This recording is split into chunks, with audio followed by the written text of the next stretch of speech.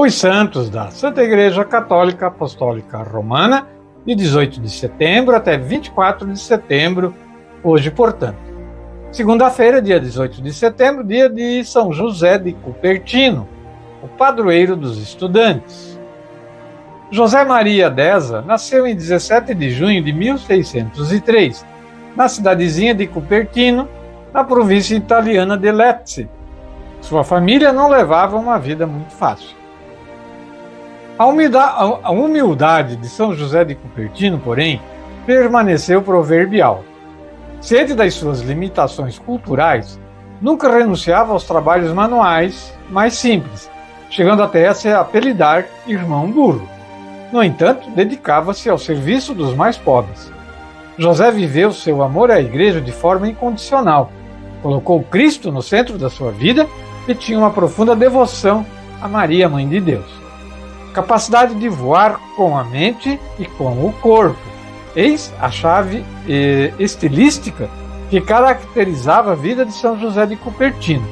No entanto, apesar das suas dificuldades nos estudos, recebeu o dom da ciência infundida em momentos de êxtase com levitações. Ele levitava a uma altura bem considerável do chão. É verdade, isso a igreja reconheceu. Isso tornou-o padroeiro dos estudantes e universitários. São José de Cupertino faleceu em 18 de setembro de 1663, aos 60 anos. Bento XIV o beatificou em 1753 e Clemente XIII o canonizou em 16 de julho de 1767. Hoje, seus restos mortais descansam em uma urna de bronze dourado na cripta da igreja de Osimo, a ele dedicada. Foi construído também um santuário em sua homenagem em Cupertino, sobre a estrebaria onde o santo nasceu. Olha aí, nasceu numa estrebaria como Nosso Senhor, né? Na terça-feira, dia 19 de setembro, né, foi dia de São Januário, né, o milagre do sangue que se liquefaz. Lembrar que esse milagre se repetiu esse ano, né? A gente já teve a notícia ali, vários vídeos mostrando, né, o sangue do santo que sai da matéria e se torna novamente da matéria dura, né, da matéria e se torna novamente sangue normal, né? Isso é um milagre que acontece todo ano.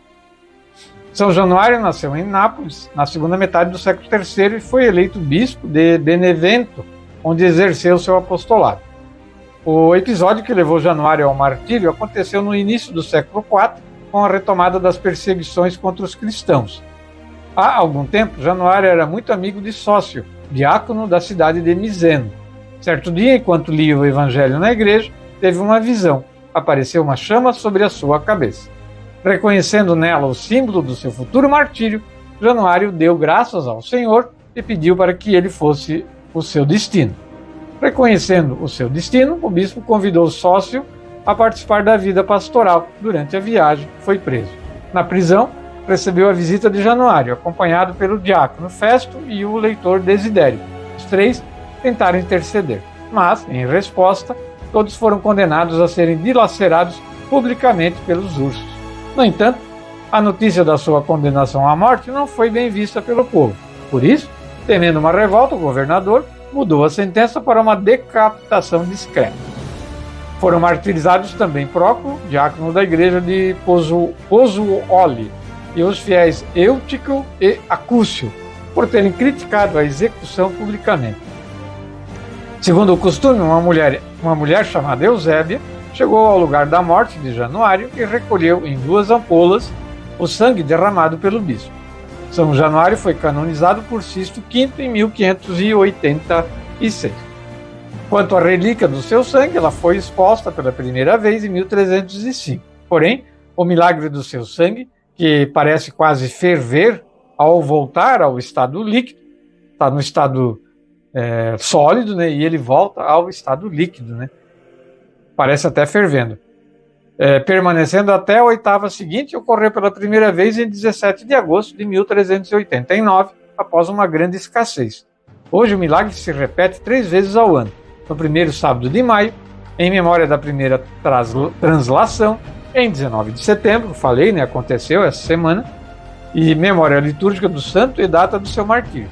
Em 16 de dezembro, para comemorar a desastrosa erupção do Vesúvio em 1631, bloqueada pela intercessão do santo. Lembrar também que dia 19 de setembro foi dia de Nossa Senhora de Salete, né? A gente vai fazer um quadro aqui no programa, no Momento com Maria, falando dessa devoção mariana, né?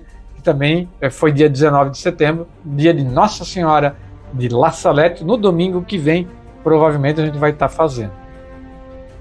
20 de setembro, quarta-feira, dia de Santo André Kim e companheiros mártires da Coreia. A igreja coreana foi fundada por leigos, eis a peculiaridade que a distingue das demais igrejas. É a única igreja de um país formada e fundada inicialmente por leigos. Com o passar do tempo, os sacerdotes iam à Coreia e levavam consigo escritos religiosos e livros para aprofundar a fé. Entretanto, a prosperidade da fé da nova comunidade não passou despercebida.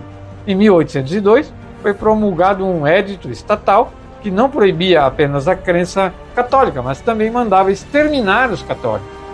André foi um dos primeiros sacerdotes coreanos, nascidos e criados no país. Nasceu em 1821. Padre André Kim Taegon foi martirizado em 16 de setembro de 1846. Foram 10.000 mártires. Desses, a igreja canonizou muitos, que foram agrupados para uma só festa, liderados por André Kim Taegon. Nesse dia, veneram-se na mesma celebração todos os 103 mártires que na Coreia deram testemunho da fé cristã, da fé católica, né? E muitos outros, né? São lembrados ali. Os países ali dessa região, né, nunca foram muito difíceis de evangelizar, né? Complicado. E quinta-feira, foi dia 21 de setembro, dia de São Mateus, o apóstolo e evangelista. São Mateus era pecador, um cobrador de impostos. Deixou tudo e seguiu Jesus, tornando-se um dos 12, né? Os evangelistas Lucas e Marcos também o chamam de Levi, o nome dado pelos seus pais. Ele mudou o nome como uma forma que era típica da época de indicar a mudança de vida. O nome Mateus, algumas vezes, foi citado nos Atos dos Apóstolos. O anúncio de Cristo foi a sua missão. São Mateus é autor do primeiro evangelho, escrito não em grego, mas em aramaico. Os destinatários do evangelho de Mateus são os católicos de origem judaica. No texto, ele coloca em realce o fato de que Jesus é o Messias, que cumpre as promessas do Antigo Testamento. Depois da morte e ressurreição de Jesus, os apóstolos espalharam-se pelo mundo, e Mateus foi para a Arábia e também para a Pérsia, para evangelizar aqueles povos. Porém, foi vítima de uma grande perseguição por parte dos sacerdotes pagãos locais, que mandaram arrancar-lhe os olhos e o encarceraram para depois ser sacrificado aos deuses. Mas Deus não o abandonou e mandou um anjo que curou seus olhos e o libertou. Mateus seguiu então para a Etiópia, onde mais uma vez foi perseguido por feiticeiros que se opunham à evangelização. Porém, o príncipe herdeiro morreu e Mateus foi chamado ao palácio.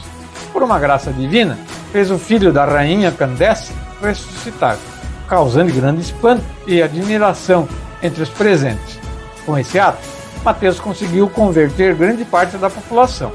Na época, a igreja da Etiópia passou a ser uma das mais ativas e florescentes dos templos apostólicos. Teria morrido na Etiópia, apedrejado, decapitado e queimado, defendendo Santa Ifigênia, né? Uma morte digna de um evangelista, né? De um defensor da Igreja de Cristo. São Mateus, né? Na sexta-feira, dia de São Maurício e companheiros mártires, soldados de Deus. Maurício, Ejupério, Cândido, Vítor, Inocêncio, Vital e outros eram oficiais e soldados do exército que foi encarregado em 287 de reprimir a revolta dos Bagaudas. Tratava-se, com efeito, de uma multidão de aldeões, pastores e escravos que se revoltaram contra os seus senhores em certas partes da Gália, ameaçando a dominação romana. Lembro que a Gália, né, é antigamente a França, né?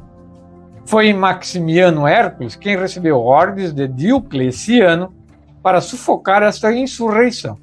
Maurício e os companheiros formavam um destacamento constituído inteiramente por católicos, tirados, ao que parece, dos exércitos egípcios que guardavam habitualmente as fronteiras meridionais da Tebaida, daí o nome que lhes deram, a Legião Tebana.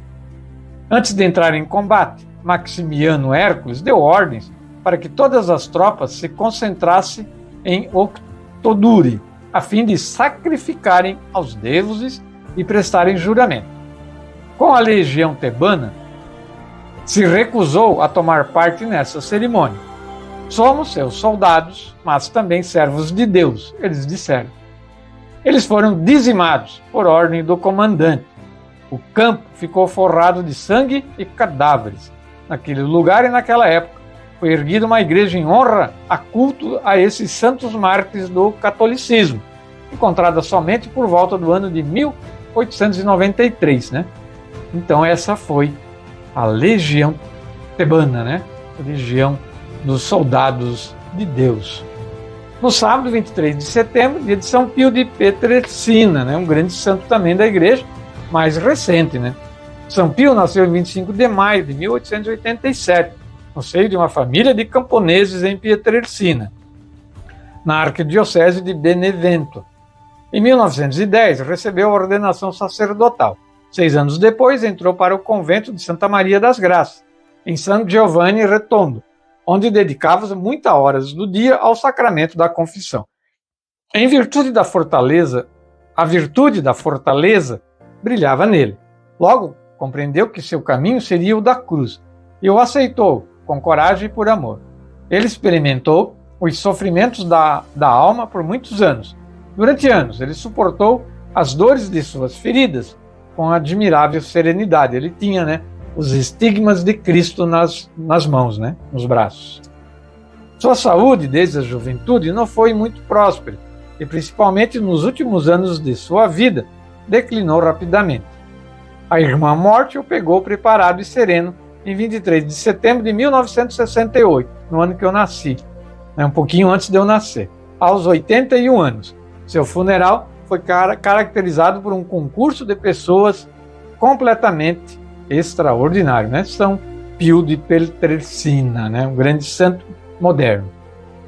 E hoje, né, dia 24 de setembro, dia de São Gerardo Segredo, apóstolo e padroeiro da Hungria. Na Panônia, no território da atual Hungria, São Gerardo Sagredo, bispo de Csnad e mártir, foi professor de São Emérico, príncipe adolescente, filho do rei Santo Estevão. Ele morreu apedrejado no Danúbio, na revolta de alguns pagãos locais. O santo bispo une vários países europeus em sua vida, desde as suas origens até a sua morte. Ele é patrono da Hungria. Nasceu em Veneza, em um ano não especificado por volta de 980, em 23 de abril desse ano. Em seu batismo foi dado o nome de Geórgio, de uma família da Dalmácia, segundo a tradição do século XVI. Descendia da linhagem de Sagredo. Geórgio, aos 5 anos, foi acometido por uma febre forte e seus pais pediram a intercessão de São Geórgio. Uma vez curado e atingindo uma idade adequada, ele entrou no mosteiro beneditino de São Geórgio Maior, na Isola Maggiore, em Veneza, na Itália. No mosteiro, em memória de seu pai, recentemente falecido, ele assumiu o nome de Gerardo. São Gerardo Segredo morreu em 24 de setembro de 1046, no portão de Peste, na margem direita do Danúbio, pela mão de um grupo de pagãos que o empurrou para baixo do Monte Kellen. Jogaram ele de um precipício, né? Então esse foi São Gerardo Segredo, né? Os textos dos santos da Santa Igreja são do site católico cançãonova.com. O Santo do Dia é uma resenha diária dos santos guardados na memória da Igreja. Histórias de mestres da vida cristã de todos os tempos, que como faróis orientam o nosso caminho. A gente traz resumido. Para quem quiser, procure e pesquise. Você vai se surpreender com a vida dessas pessoas, né, e souberam amar a Deus e a igreja. Vamos ouvir o salmo da liturgia de hoje, é o Salmo 144. O Senhor está perto da pessoa que o invoca. Todos os dias haverei de bendizer-vos, hei de louvar o vosso nome para sempre. Grande é o Senhor e muito digno de louvores, e ninguém pode medir a sua grandeza. Ouçamos a música e depois a gente continua já com o programa deste domingo.